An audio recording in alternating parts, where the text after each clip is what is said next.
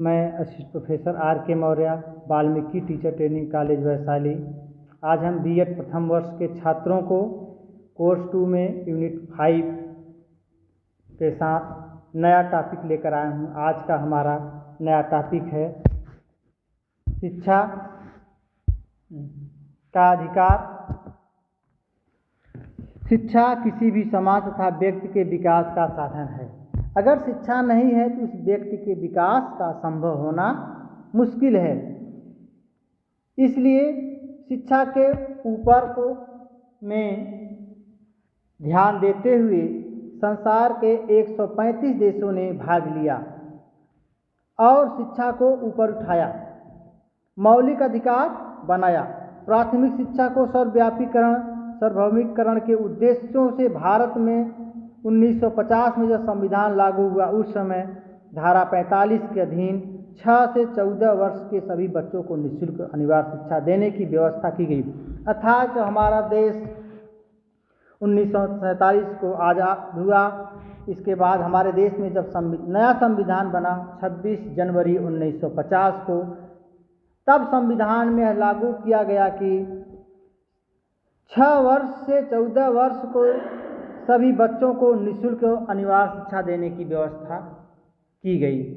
दिसंबर 2002 में केंद्रीय सरकार ने संविधान में 86वां संशोधन के अनुच्छेद 21A को जोड़ दिया।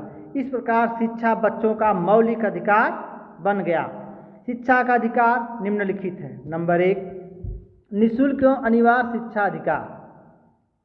शिक्षा का अधिकार 2009 में इस बात का व्यवस्था करता है कि 6 से 14 वर्ष की आयु के प्रत्येक बच्चों को दिया जा सकता है। इस अधिनियम की धारा 14(2) के अधीन यह व्यवस्था की गई कि किसी भी विद्यार्थी की जन्मतिथि या प्रमाण पत्र न होने पर उसका दाखिला लिया जाएगा और या नामांकन किया जाएगा।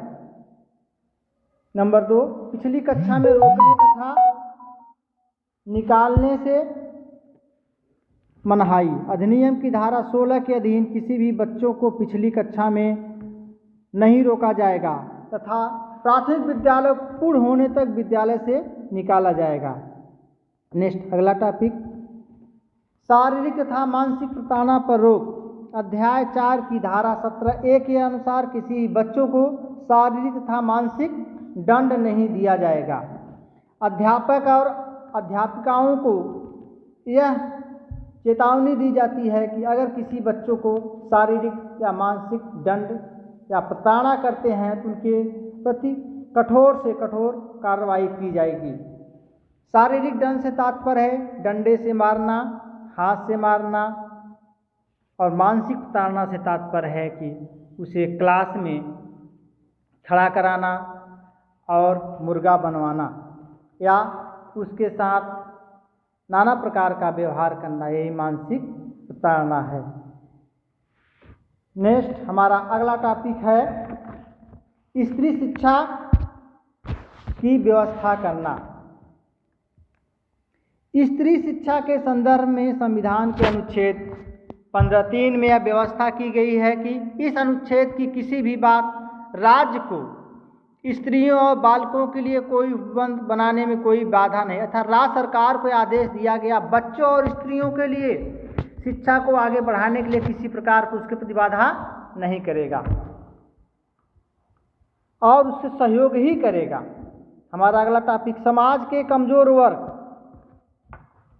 अर्थात अनुसूचित जाति और अनुसूचित जनजाति के बच्चों की शिक्षा की व्यवस्था संविधान में सर्वप्रथम अनुच्छेद 17 द्वारा छुआछूत को समाप्त किया गया और अनुच्छेद 46 में यह व्यवस्था की गई कि राज्य जनता के कमजोर वर्ग, विशेषकर अनुसूचित जातियों और अनुसूचित जनजातियों की शिक्षा अर्थ संबंधित हितों का विशेष सावधानी से उन्नत करेगा। कहने का तात्पर्य है इसमें SC ST हम लोग वर्तमान समय में कहते हैं, इनके लिए सरकार ने शिक्षा के साथ साथ अर्थ के लिए विशेष ध्यान करेगा और सामाजिक अन्याय और सब प्रकार के शोषण से उनका संरक्षण करेगा। कहने का तात्पर्य है उनके साथ जो सामाजिक अन्याय है, समाज द्वारा उन्हें बहिष्कृत किया जा रहा है, जैसे सार्वजनिक स्थान से मंदिर, कुओं, तालाबों, हैंडपंप।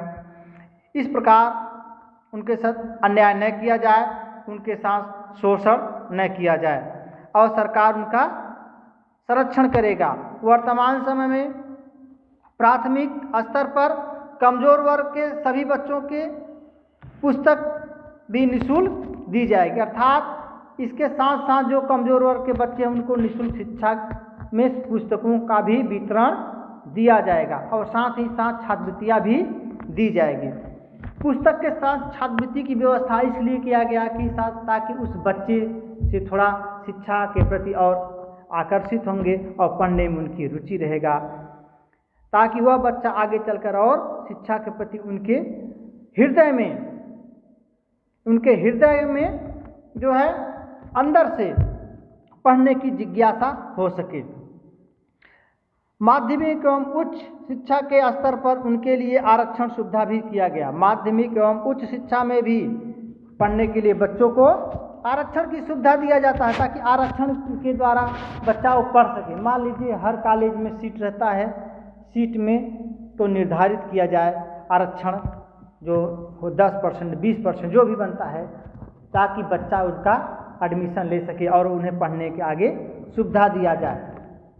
इसलिए समाज के कमज़ोर वर्ग, अनुसूचित जात, अनुसूचित जनजात और पिछड़े वर्ग के बच्चों को भी पढ़ने का अवसर मिल सके और आगे चलकर अपना सर्वांगीण विकास कर सके। नेक्स्ट हमारा अगला टॉपिक है अल्पसंख्यक वर्गों के हितों का संरक्षण। अल्पसंख्यक से क्या तात्पर्य है? जो कम हो, जिसकी संख्या कम हो, उनके लिए सरकार ने पढ़ने के लिए व्यवस्था किया है, लेकिन सरकार की कुछ मान्यताएं हैं। अल्पसंख्यक की शिक्षा के संबंध में संविधान के अनुच्छेद 30 में 2 प्रावधान दिए गए हैं। नंबर 1, भारत के राज्य या उसके किसी भी भाग के नागरिकों को उसकी भाषा, लिपि या संस्कृति उसे बनाए रखने का अधिकार होगा। नंबर 2, राज्य द्वारा पोषित या राज्य निधि सहायता पाने वाली किसी भी शिक्षण संस्था में प्रवेश से किसी भी नागरिक को वंचित नहीं किया जाएगा। इस संवैधानिक निर्देशों का यह परिणाम है कि अल्पसंख्यक अपनी शिक्षण संस्थाओं को अपने तरीके से चलने के लिए वह स्वतंत्र रहेंगे। आज का हमारा टॉपिक यहीं समाप्त हुआ। धन्यवाद।